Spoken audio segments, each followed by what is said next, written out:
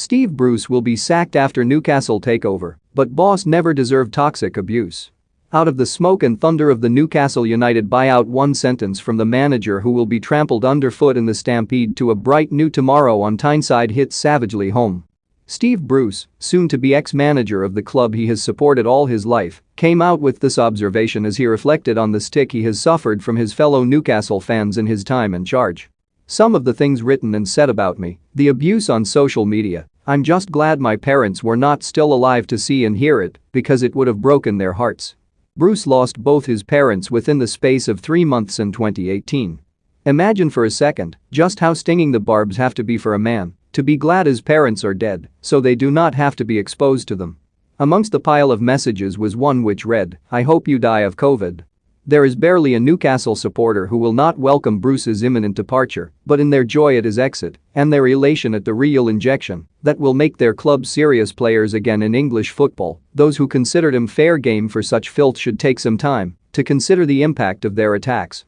Bruce might have been a poor appointment, although it is worth his many critics remembering that if he had not kept Newcastle in the Premier League, the Saudis would never have come knocking, but he did not deserve the excess which came his way. No one does. Football managers and their abilities will always attract a range of opinion, positive and negative, but there is a line of basic decency which should not be crossed. In too many cases, in Bruce's case, as the visible punchbag for the Mike Ashley regime, it was. The manager is the first point of criticism for disgruntled fans, and that will never change. The scrutiny goes with the territory. Fans have the right to call for change at their clubs. But even in the Wild West environment that football can resemble, there is no place for personal vilification on the scale that Bruce was subjected to. There is an argument that the high wages and substantial payoffs should be more than an adequate cushion for managers. Bruce will ride off into the sunset a wealthy man, but the reality is that no amount of money insulates against a degree of hurt that makes you glad your parents are dead. It will be painful and frustrating enough to know you are a lame duck manager about to depart as the wind of change blows in from the Arabian desert. The takeover is the most exciting and controversial jolt to the Premier League in a decade, one that has the potential to redraw the landscape of English football. The face of the new regime up to now has been the financier Amanda Staveley, whose family business interests included the successful transformation of a pig farm into a theme park. In a rare quiet moment she may reflect there are parallels at play in this fantasy project.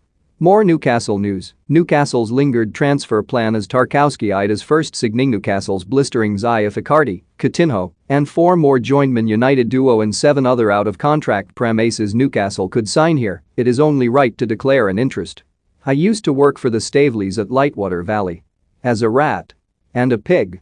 And a chicken, the North Yorkshire Disneyland versions of Mickey Mouse and Donald Duck." For the agents currently bombarding her with calls offering their clients' services a warning, the Staveleys can drive a hard bargain. This was in the days before the minimum wage, and the pay for this glamour role was £1.60 an hour. Staveley, like Jamie Rubin, is just a 10%er at Newcastle, of course. The real clout on the board lies with Yasser Al-Rumayyan, the chairman and 80%er who has been rather less front and center of house this week. It is almost like Newcastle are keen to play down their Saudi connections. Now why would that be? Is that a bone saw in your tunic, or are you just displeased to see me? The approval for the deal, before the anticipated tightening of the fit and proper person clause in English football's ownership which the current governance review is set to bring in, is highly convenient.